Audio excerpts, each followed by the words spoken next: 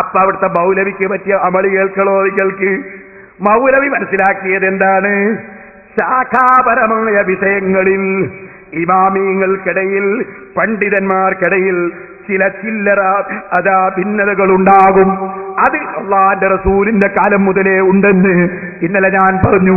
ആയിഷ ബീവിയും ബഹുമാനപ്പെട്ട സിദ്ദീഖുൽ അക്ബർ റളിയല്ലാഹു അൻഹു തമ്മിൽ വിവാഹമോചനം നടത്തപ്പെട്ട പെണ്ണിന്റെ ഇദ്ദയെ സംബന്ധിച്ചുള്ള രണ്ട് വീക്ഷണം ഇന്നലെ ഞാൻ പറഞ്ഞു.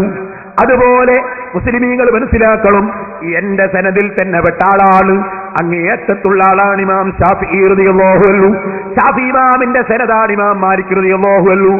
മാലിക് ഇമാമും ശാഫി ഇമാമും തമ്മിൽ തലതടകുന്ന സ്ഥലത്ത് ശാഖാപരമായ ഒരു ചർച്ചയുണ്ട്. എന്താ ചർച്ച? തല മുഴുവനും തടകിയാലേ സഹീഹാവൂ. മാലിക് ഇമാം അങ്ങനെയാ പറയുന്നത്. ശാഫി ഇമാം പറയുന്നതോ തലയിൽ നിന്ന് അല്പം തടകിയാലും സഹീഹാവും. ശാഫി ഇമാമിന്റെ സനദിൽ നേരെ വേലയുള്ളതാരാണ്? ബഹുമാനപ്പെട്ട മാലിക് ഇമാം റളിയല്ലാഹു അൻഹു ആണ്. ഒരു ശാഖാപരമായ വിഷയത്തിൽ വീക്ഷണ വ്യത്യാസമുള്ളതുകൊണ്ട് ശാഫി ഇമാമിന്റെ പരമ്പര പൊട്ടിയോ മൗലവി? മാലിക് ഇമാമിന് ഒരു ശാഖാപരമായ വിഷയത്തിൽ വീക്ഷണ വ്യത്യാസമുള്ളതുകൊണ്ട് ശാഫി ഇമാമിന്റെ പരമ്പര പൊട്ടിയോ മൗലവി? വിവരക്കേട് വിളമ്പുന്നതിന് മുമ്പ് ഒന്നുമില്ലെങ്കിൽ എന്നെ തന്നെ ഒന്ന് ഫോൺ വിളിച്ചിട്ട് ഒന്ന് പഠിച്ചുകൂടായിരുന്നു?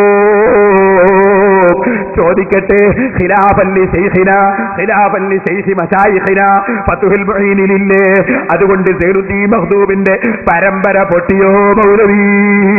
ഇബ്നു ഹജറിന്റെ പരമ്പര പൊട്ടിയോ മൗലവി? ഇമാം നബവി ഖിലാഫല്ലി റാഫി എന്ന് പറഞ്ഞാൽ പരമ്പര പൊട്ടിയോ മൗലവി?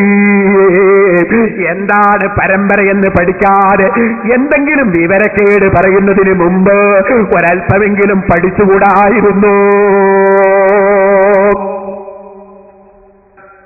പിന്നെ മൂപ്പര് പറയുന്നു, തറപ്രശ്നത്തിൽ തർക്കണ്ടോ? എന്റെ സനദിൽപ്പെട്ട പണ്ഡിതന്മാരൊരു തർക്കമുണ്ടോ? സദഖത്തുൽ ഉസ്താദ് കേട്ടോ, സമ്പൂർണ്ണ ഫതാവ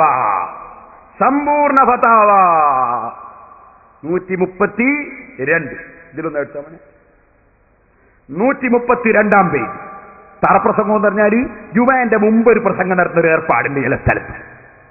ഇസ്ലാമിൽ അങ്ങനെ ഒരു സുന്നത്തുമില്ല, വുജൂബുമില്ല, കൽപ്പനയില്ല. ആ സമയത്ത് അൽഖഫ് ഓതണം, സലാത്ത് ചൊല്ലണം, നല്ല കാര്യം ചെയ്യണം, പറഞ്ഞ കാര്യം ചെയ്യണം. കേട്ടോ, സദഖത്തുൽ ഉസ്താദ്. ചോദ്യം: ഖുത്ബ ഓതുന്നതിന്റെ മുമ്പ് ആ ഖുത്ബയിലുള്ള കാര്യങ്ങളുടെ സംക്ഷിപ്തം ജനങ്ങൾക്ക് പറഞ്ഞു കൊടുത്തതിന്റെ ശേഷം ഒരു ചുരുങ്ങിയ നിലയിൽ ഖുത്ബ ഓതിയാൽ അതൊരു നസീഹത്താകുമല്ലോ.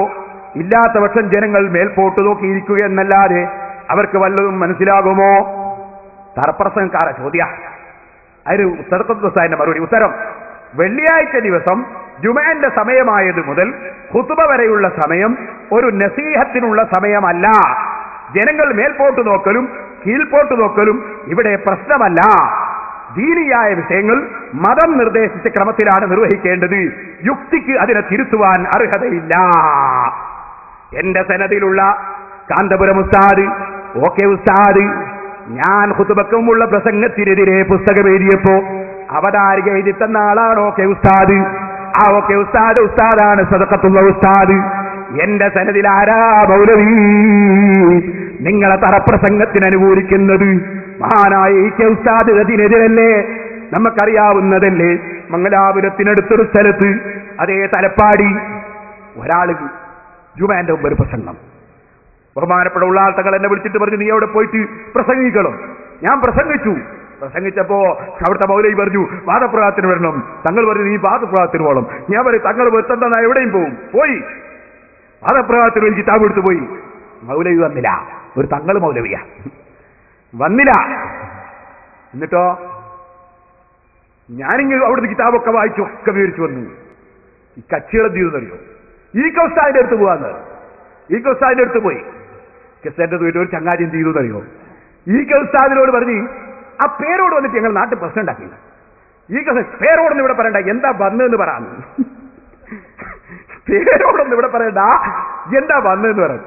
ഇയാൾ പറഞ്ഞു, നമ്മളെ നാട്ടില് ഖുത്ബന്റെ മുമ്പ് വിവരമില്ലാത്ത ജനങ്ങളായതുകൊണ്ട് ഉസ്താദെ, ഖുത്ബന്റെ മുമ്പ് കുറച്ച് വിഷയോ ആളുകൾക്ക് ഖുത്ബയെ പറയുന്ന വിഷയോ ഒന്ന് വിശദീകരിച്ചു കൊടുക്കുന്ന ഒരു പരിപാടി ഉണ്ട് തലപ്പാടിയിൽ.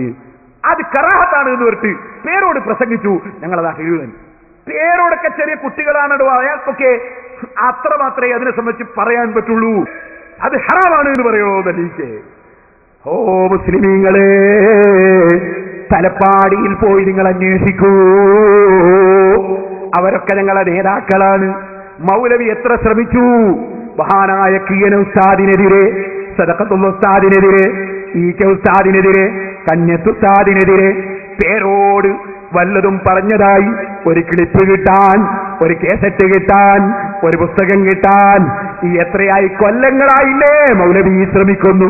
വെല്ലുവിളിച്ചില്ലേ നെഞ്ഞൂക്കോടുകൂടി കിയന ഉസ്താദിനെ നിസ്സാരപ്പെടുത്തിയൊരു വാക്ക്, സദഖത്തുൽ ഉസ്താദിനെ നിസ്സാരപ്പെടുത്തിയൊരു വാക്ക്, ഈക ഉസ്താദിനെ നിന്ദിച്ചൊരു വാക്ക്.